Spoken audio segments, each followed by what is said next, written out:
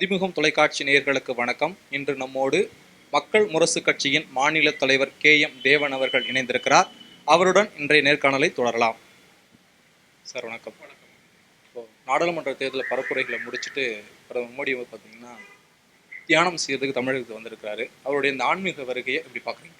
இது ஒரு தேர்தல் நடைமுறை விதிகள் மீறும் செயலாக நாங்கள் கருதுகிறோம்.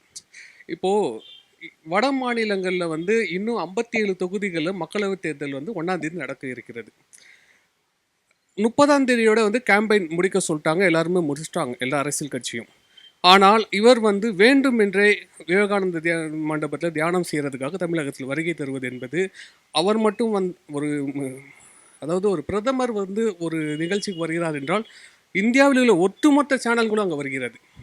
ஸோ இதை ஒரு அரசியல் கேம்பெயினாக அவர் மாற்றுகிறார் என்று நாங்கள் கருதுகிறோம்.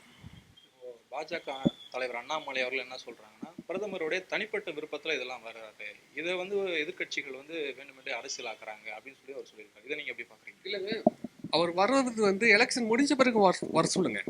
1ஆம் தேதி எலெக்ஷன் இருக்கு, 2ஆம் தேதி மேல அவர் வரட்டுமே, யாருமே கேள்வி கேட்க மாட்டாங்க.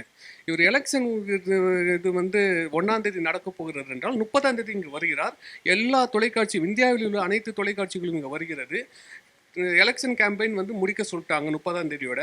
இவர் 1ஆம் தேதி இங்கே 1ஆம் தேதி தேர்தல் நடக்க போகிறது.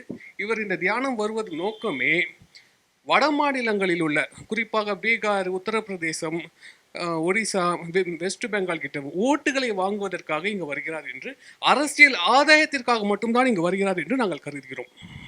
பாஜக தலைவர் அண்ணாமலை பேசும்போது பார்த்தீங்கன்னா, ஜெயலலிதாவே இந்துத்துவத்தை ஆதரிச்சிருக்கிறான்னு நல்லா பேசியிருக்கிறாரு. குறிப்பாக இப்போ ஜெயலலிதா அவர்கள் பற்றின பேச்சுக்கள் இப்போ உலா வருதை நீங்கள் எப்படி பார்க்குறீங்க? அண்ணாமலை பேசுவது ஒரு பெரிய பொருட்டாவே எடுத்துக்க கூடாது என்று நாங்கள் நினைக்கிறேன். அதாவது மறைந்த அரசியல் தலைவர்களை கொச்சைப்படுத்தக்கூடாது என்பது எங்களுடைய கருத்தாக இருக்கிறது. அதாவது அவங்க ஜெயலலிதா அம்மையார் இருக்கும்போது அனைத்து மதங்களையும் அனைத்து ஜாதியினரையும் சமமாக பார்த்தார்கள். ஆனால் பிஜேபி அப்படி பார்த்தது கிடையாது. இப்போது கூட அந்த போன வாரம் கூட இந்திய பிரதமர் திரு நரேந்திர மோடி அவர்கள் ஒரு முஸ்லிம் மதத்தினரையும் கொச்சையாக பேசியிருக்கிறார். ஸோ ஜெயலலிதா அம்மையார் இந்துத்துவ தலைவர் என்று சொல்வது மிக மிக தவறு என்று சொல்கிறோம். 7 கட்ட தேர்தல் பிரச்சாரங்கள்லாம் முடிஞ்சிருக்கிறது. நிலைமையில தேசிய ஜனநாயக கூட்டணிக்கான வெற்றி வாய்ப்பு இருக்கிறதா, இல்லை இந்தியா கூட்டணிக்கான வெற்றி வாய்ப்பு என்பது எந்த கூட்டணிக்கு மிகப்பெரிய வெற்றி வாய்ப்பு இருக்கிறது? இந்தியாவின் மிகப்பெரிய எதிர்ப்பலைகள் இருக்கிறது நரேந்திர மோடி அவர்கள் மீதும் பாஜக மீதும். ஆதலால் இந்த தேர்தலில் இந்திய கூட்டணி வலுவாக இருக்கிற காரணத்தினால் இந்திய கூட்டணி ஆட்சி அமைக்கும்.